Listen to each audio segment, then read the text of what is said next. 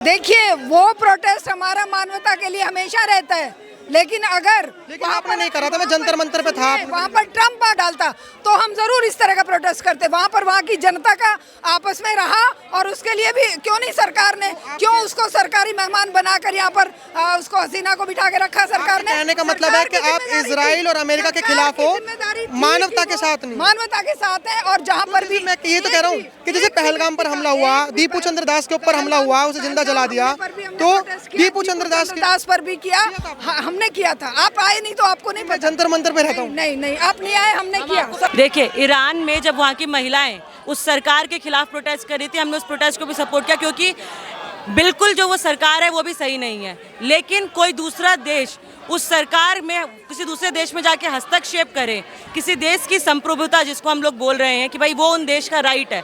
हम क्या अगर भारत में प्रोटेस्ट करते हैं तो कोई दूसरा देश आके भारत के जो गवर्नमेंट है उसके ऊपर अटैक करेगा तो क्या हम उसको सपोर्ट करेंगे? देखिए, जिस तरीके से US इजराइल ने जो हमला किया ईरान पर, और नतीजतन उसके जो स्कूल पे अटैक हुआ, जिसके अंदर 100 से भी ज़्यादा जो स्टूडेंट हैं उनका डेथ हुआ। ये जो अटैक है वो एक ह्यूमैनिटेरियन अटैक है। एक ह्यूमैनिटी पे जो अटैक हो रहा है उसके खिलाफ हम लोग यहाँ पर खड़े हैं। एक छात्र की मौत जो है, ठीक है, एक इंसान की मौत जो है वो तो सबके लिए ही पेनफुल हो सकती है, बिल्कुल है। और उसी का विरोध हम लोग कर रहे हैं कि US इजराइल की जो ये नीति है, और उस नीति के अंदर उन्होंने एक स्कूल पे अटैक किया, जो कि किसी भी युद्ध के समय आउट ऑफ बाउंड रहते हैं कि भाई हॉस्पिटल्स और स्कूल्स पे कभी अटैक नहीं होने चाहिए, पर उन पे भी अटैक हो रहा है। आपके कहने का मतलब है कि जो ईरान पर जो सबसे पहले हमला हुआ ये गलत था, ऐसे वॉर बता के होना चाहिए। वॉर की जो स्थिति है, वॉर का भी तो एक लिमिट होता है। वॉर हर लिहाज से गलत है, हम ये नहीं कह रहे कि वॉर सही है, वॉर हर लिहाज से गलत है। लेकिन उस वॉर में जो ये अटैक हुआ, जिस तरीके से स्टूडेंट पर, हमारी तो जो पहली मांग है इस प्रोटेस्ट में वो ये है कि हमें युद्ध नहीं, शांति चाहिए। यहाँ पर तेल अवीव पर हमला हुआ, तेल अवीव के स्कूल को गिराया गया, तेल अवीव में हॉस्पिटल को गिराया गया, उसको लेकर आपकी क्या प्रतिक्रिया है? सॉरी, दोबारा जो इजराइल में तेल अवीव है, तेल अवीव में भी हमला हुआ, ईरान ने हमला करा और फतेह मिसाइल का इस्तेमाल करा, उन्होंने स्कूलों पर गिराया, वहाँ के अस्पतालों पर गिराया, वहाँ पे बहुत सारे बच्चों की भी मौतें हुई। उसको लेकर आपकी क्या प्रतिक्रिया? भी गलत है। हम ये थोड़ा ना कह रहे हैं कि भाई युद्ध में अगर एक पक्ष की मौत हो रही है और दूसरा पक्ष शांत है। हम तो ये कह रहे हैं कि हर लिहाज से युद्ध जो है वो गलत है। वो युद्ध चाहे ईरान जो है वो बाकी लोगों पे करे, और US इजराइल जो ईरान पे कर रहा है वो भी युद्ध गलत है। और युद्ध अब तो अमेरिका और अमेरिका कह रहा है कि हम तो सीज फायर करने के लिए रेडी, ईरान अब रेडी नहीं है। क्या कहना चाहोगे? तो ये तो जो है वो उन लोगों की बात है। इंटरनेशनल अथॉरिटीज जो है वो बैठ के बात करें सीज फायर के लिए, और अगर सीज फायर की पॉसिबिलिटीज हो तो बिल्कुल वो होनी चाहिए। जैसे महिलाएं हैं, महिलाओं को तो ईरान में, मतलब ईरान की महिलाएं तो खुश हैं कि ऐसी चीज़ें हो रही हैं, रेजिम चेंज हो रही है, लेकिन आप भारत देश के लोग प्रोटेस्ट कर रहे हैं। देखिए, ईरान में जब वहाँ की महिलाएं उस सरकार के खिलाफ प्रोटेस्ट कर रही थी, हमने उस प्रोटेस्ट को भी सपोर्ट किया, क्योंकि बिल्कुल जो वो सरकार है वो भी सही नहीं है। लेकिन कोई दूसरा देश उस सरकार में किसी दूसरे देश में जाके हस्तक्षेप करे, किसी देश की संप्रभुता जिसको हम लोग बोल रहे हैं कि भाई वो उन देश का राइट है।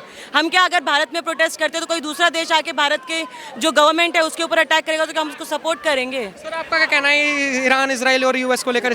देखिए, अभी जो आपने सवाल किया उसमें एक बात समझिए, मेरे घर में मेरा झगड़ा भाई के साथ या मेरी बीवी के साथ या जिसके साथ भी हो जाए, बाहर का दुश्मन आएगा तो हम क्या करते हैं? वो झगड़ा करते हैं। झगड़ा मेरा अपना, हम सेटल करेंगे। तू कौन है?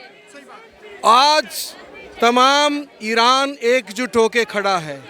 इसीलिए इस स्थिति में अमेरिकन ट्रम्प महोदय को बोलना पड़ा कि we are ready for talks. आपने जैसे कहा कि बाहर के लोग, जैसे दो भाई लड़ते हैं तो बाहर के लोगों को इंटरफेयर नहीं करना चाहिए। मेरे घर में, मेरा देश में मेरा कैसा रिजीम होगा? तुम रिजीम चेंज करने वाले कौन हो? तो इसीलिए लोग भी सोशल मीडिया पर कैंपेनिंग चला रहे हैं कि अगर ईरान और इजराइल और अमेरिका आपस में लड़ रहे हैं तो भारत के लोगों को क्या तकलीफ हो रही है? अगर वो भाई अगर आपस में लड़ रहे हैं, जैसे जुडिज्म और क्रिश्चियनिटी और इस्लाम। एक बात सुनिए, आप मेरे पड़ोस में है और मेरे पड़ोस पर एक बाहर का आके गुंडा हमला करता है, मैं अपने पड़ोसी के साथ नहीं जाऊंगा क्योंकि वो गुंडा के बाहर का तो इंटरफेयर नहीं करना चाहिए।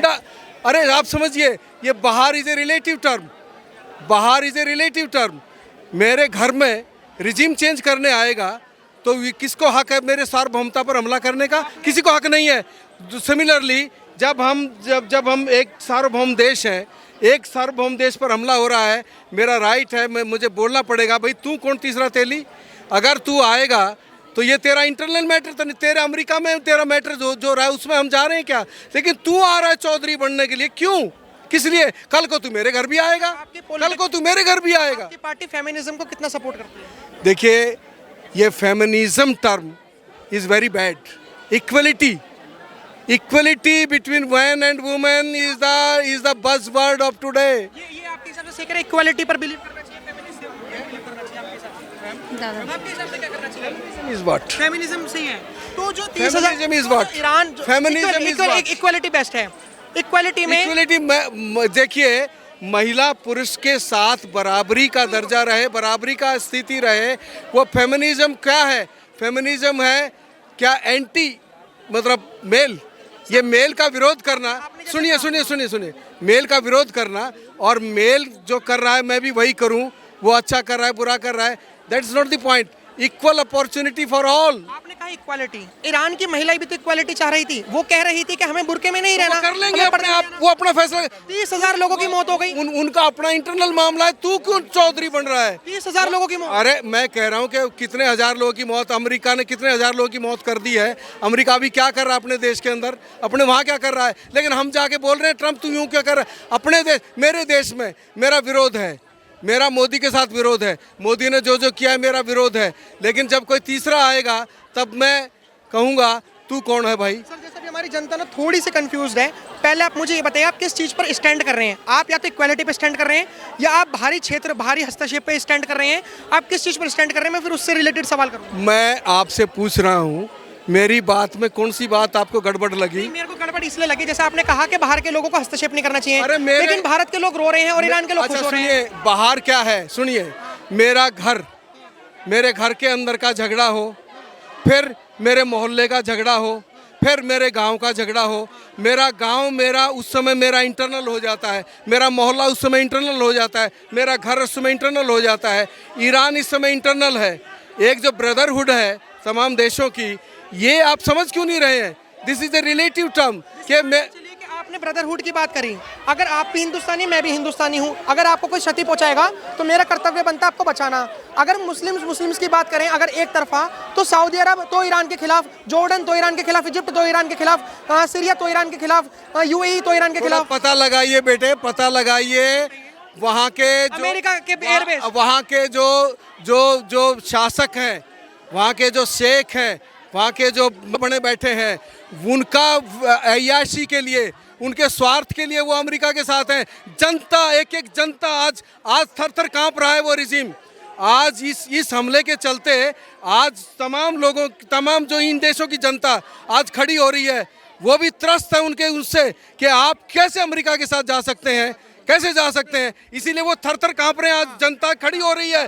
तो इसीलिए आप ये बात समझिए, देश का मतलब देश की जनता, नॉट सिर्फ हुक्मरान। ये जैसे कह रहे हैं कि देश का मतलब देश की जनता, आप एक महिलाएं हैं, मैं महिला से पूछना चाहता हूँ कि वो ईरान को लेकर कितना स्टैंड करती हैं?